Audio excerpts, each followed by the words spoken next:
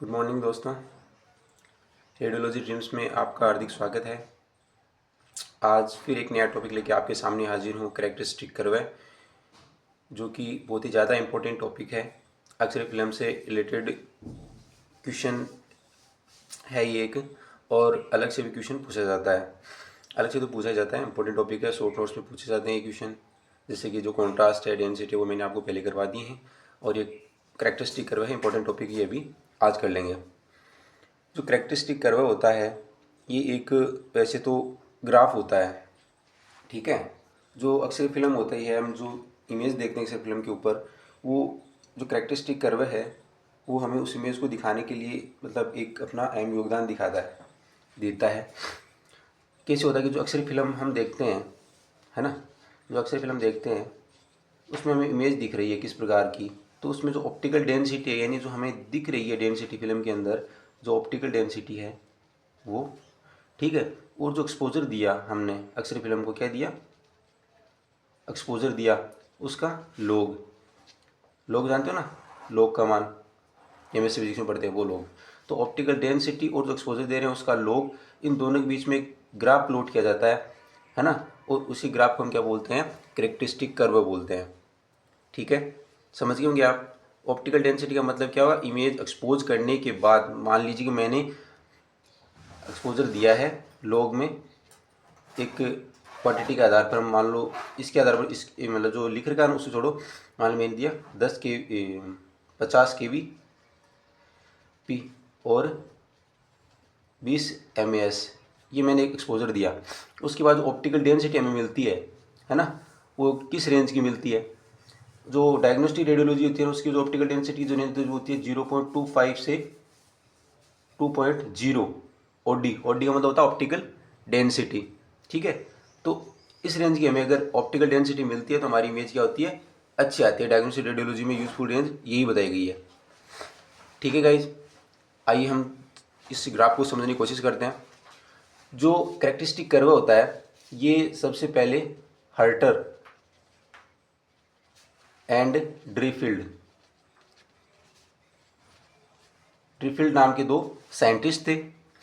इनके द्वारा ये जो ग्राफ है वो हमें बताया गया है। इसी कारण इस ग्राफ को क्या बोलते हैं, एच एंड डी कर्व बोलते हैं, एच एंड डी कर्व बोलते हैं, क्योंकि हर्टर और ड्राइफील्ड ने इन दोनों को ग्राफ को बनाया था, ठीक है। ये जो ग्राफ होता है, कैरेक्टरिस्टिक कर्व है, इसके 3 रीजन होते हैं। क्या होते हैं, 3 रीजन होते हैं। पहले तो आपको बताता हूँ ग्राफ, ये जो एक्सिस है हमारी, ठीक है, और ये दूसरी एक्सिस है, एक एक्स एक्सिस है, एक वाई एक्सिस। जो ऑप्टिकल डेंसिटी होती है, एक ऑप्टिकल डेंसिटी, एक होता है लॉग एक्सपोजर। मैंने बताया था कि इन दोनों के बीच में एक आप ग्राफ प्लॉट करते हो, ठीक है। इन दोनों के बीच में क्या करते हो, एक ग्राफ प्लॉट करते हो। तो जो ऑप्टिकल डेंसिटी है वो, ठीक है, उसको डी से दिखाया गया, ठीक है, और जो लॉग एक्सपोजर होता है उसको ई से दिखाया गया। अब इसमें होता क्या है कि एक रेंज होती है 0 से लेके 2.5 तक, ये क्या होता है, टॉय रीजन होता है। क्या होता है, टॉय। इसमें मैंने बताया कि इसके 3 रीजन होते हैं, एक तो टॉय, एक फिल्म स्ट्रेट या फिर फिल्म गामा बोल सकते हो, तीसरा होता है शोल्डर। जो नीचे नीचे का जो एरिया होता है, जो टॉय एरिया होता है, टॉय रीजन होता है, वो होता है 0 से लेकर 0.25 तक, ठीक है। ओडी, ओडी मानो आप ऑप्टिकल डेंसिटी। तो यहाँ पे क्या होता है कि इमेज पे हमें मतलब क्वालिटी अच्छी नहीं मिलती, उसको क्या बोलते हैं, बेस प्लस फोक डेंसिटी आती है। वहाँ पे क्या आती है, बेस प्लस फोक डेंसिटी हमें देखने को मिलती है, ठीक है। और ये जो ग्राफ होता है, हम जो कैरेक्टरिस्टिक कर्व बनाते हैं, वो एक एस शेप के आकार का होता है। ये क्वेश्चन अलग से, मतलब आप कम्पिटिटिव एग्जाम देते हो तो उसको पता तो कैरेक्टरिस्टिक कर्व होता है वो किस शेप का होता है, ठीक है। तो एस शेप का होता है। इसके रीजन कितने होते हैं, 3 रीजन होते हैं। कौन कौन से होते हैं, टॉय, शोल्डर और फिल्म गामा, या फिर फिल्म स्ट्रेट बोल सकते हो आप। तो टॉय रीजन होता है, उसमें फिल्म की जो डेंसिटी या फिर जो क्वालिटी वो किस प्रकार की आती है, अच्छी क्वालिटी नहीं आती, बेस प्लस फोक डेंसिटी आती है, ठीक है। और उसका जो रेंज होती है वो कितनी होती है, 0 से 0.25, ठीक है। आगे देखिए क्या होता है, इसका जो दूसरा रीजन होता है वो क्या होता है, यहाँ से लेके यहाँ तक, इसको बोलते हैं फिल्म गामा या फिर फिल्म स्ट्रेट बोलते हैं।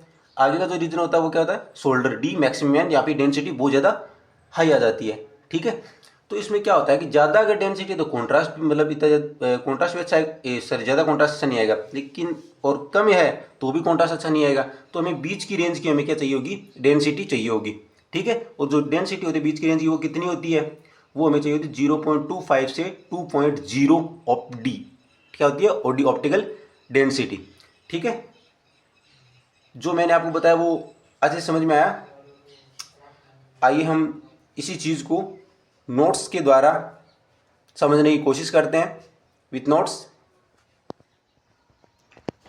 तो देखिए कैरेक्टरिस्टिक कर्व है, हम देखते हैं क्या होता है। हमने पहले देख लिया और अब देखते हैं थ्योरी क्या कह रही है हमें। The relation between relative exposure and optical density is plotted as a curve is known as characteristic curve। जैसे कि मैंने आपको बताया था कि रिलेटिव एक्सपोजर या फिर लॉग एक्सपोजर हम बोलते हैं वो, और जो ऑप्टिकल डेंसिटी होती है यानी जो इमेज के ऊपर हमें दिखती है, एक्सरे के ऊपर जो इमेज दिखती है उसकी डेंसिटी, उन दोनों के बीच में जो एक ग्राफ प्लॉट किया जाता है, कर्व प्लॉट किया जाता है, उसी को हम क्या बोलते हैं, कैरेक्टरिस्टिक कर्व बोलते हैं, ठीक है। और इसे हम एच एंड डी कर्व के नाम से भी जानते हैं। क्यों जानते हैं एच एंड डी कर्व के नाम से, क्योंकि इस जो कर्व को बनाने का जो काम किया था वो किसने किया था, हर्टर एंड ड्रीफिल्ड ने किया था। इसकी वजह से इसको हम एच एंड डी कर्व के नाम से जानते हैं। The film density is plotted on the vertical axis. जो फिल्म की डेंसिटी होती है वो किसके ऊपर होती है, वर्टिकल एक्सिस, यानी इस प्रकार से जो फिल्म की डेंसिटी है वो किस एक्सिस में होती है, वर्टिकल एक्सिस। और जो लॉग एक्सपोजर होता है वो किस एक्सिस में होता है, हॉरिजॉन्टल एक्सिस, यानी इस तरह, यानी डेंसिटी और एक्सपोजर दिखाऊं, सॉरी, ये क्या होती है ऑप्टिकल डेंसिटी, और ये क्या होती है log exposure.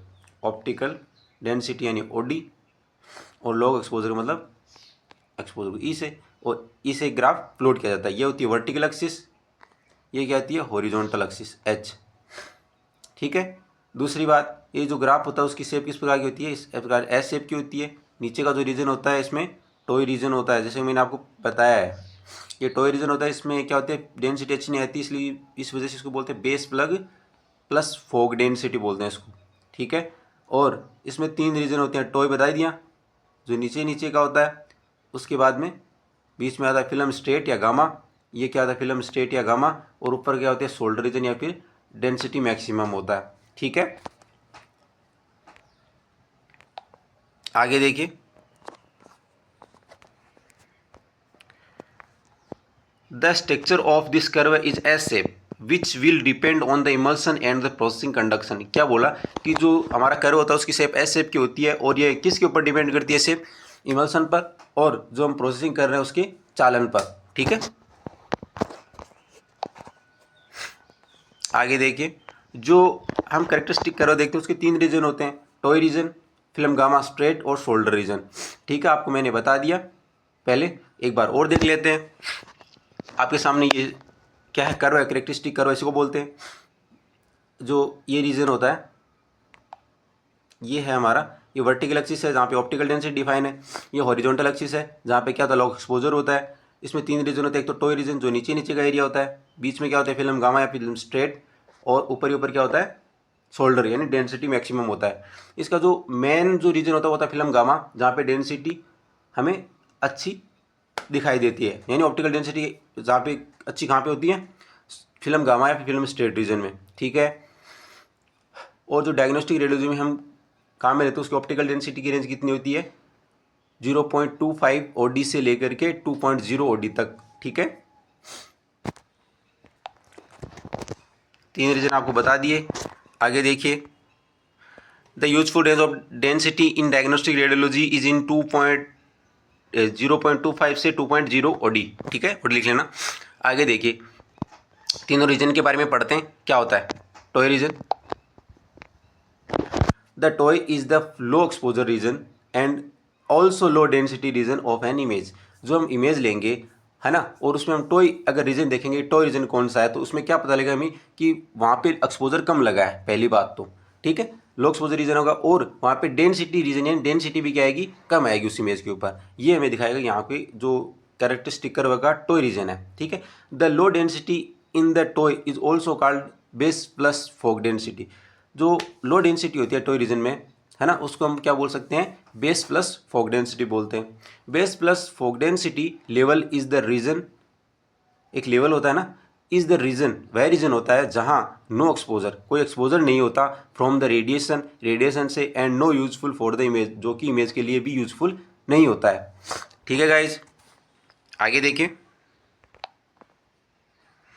It is caused, ये किस कारण कोज होता है? इम्प्रॉपर सेफ लाइट, यदि हमारी जो सेफ लाइट है डार्क रूम की वो सही काम नहीं कर रही है, और इम्प्रॉपर प्रोसेसिंग, यानी हम प्रोसेसिंग जो कर रहे हैं वो सही तरीके से नहीं कर रहे हैं, स्कैटर रेडिएशन ज़्यादा निकल रही है। इस वजह से क्या होता है कि हमें टॉय रीजन ज़्यादा देखने को मिलता है एक्सरे फिल्म में, जो इमेज बनती है उसमें। और टॉय रीजन होता क्या है? जहाँ पे एक्सपोजर कम लगा और इमेज की डेंसिटी भी कम आएगी। Normally range of fog density is 0.1 से 0.25 OD। ठीक है, लिख लेना, यूनिट, इकाई। हमारा टॉय रीजन हो गया। अब देखिए फिल्म गामा या फिर फिल्म स्ट्रेट, इसमें क्या होता है? The straight line is called film gamma.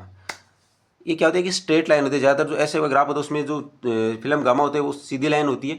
आप ऐसे ग्राफ देखोगे ना ऐसे, तो यहाँ से लेके यहाँ तक एक सीधी लाइन है ना, उसकी बात कर रहा है कि जो स्ट्रेट लाइन है वो एक स्ट्रेट लाइन होती है, और इसे हम फिल्म गामा कहते हैं। ठीक है, आगे देखिए।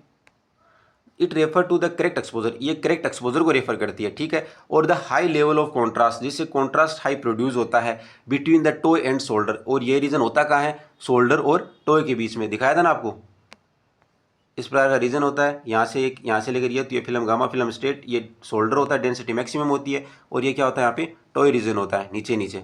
ठीक है, आगे देखिए। In this portion density increase by in exposure, in this region क्या होता है कि जो डेंसिटी होती है वो इंक्रीज होती है एक्सपोजर के साथ साथ। ठीक है, आगे देखिए। और this portion can be measured by film gamma, और फिल्म गामा के द्वारा इस पोर्शन को किस प्रकार मेजर कर सकते हैं? देखिए फॉर्मूला आपके पास, d2 माइनस d1, क्या बोला? d2 माइनस d1 अपॉन में log e2 माइनस e1। अब देखिए d2 कितना है? कितना d2 कितना है? जैसे मान लो, एक रेंज बताता हूँ आपको मैं, कुछ भी मान लो, जैसे कि d2 है मान लीजिए 50, और आप इस जो ग्राफ है उसके अकॉर्डिंग भी आप ले सकते हैं कुछ भी मान, लेकिन एक नॉर्मली बताऊँ, d2 है 50 और d1 है कितना? 30। ठीक है, 50 minus 30 upon log e2 minus e1, और log e2 माइनस e1 भी मान लीजिए कितने बताऊँ log में, मान लीजिए log e2 है 10 और e1 कितना है? 5। ठीक है, तो 50 माइनस 30, देख लीजिए d2 कितना लिया हमने? 50 माइनस d1 है 30 अपॉन में, अपॉन में log e2 का मान कितना लिया हमने?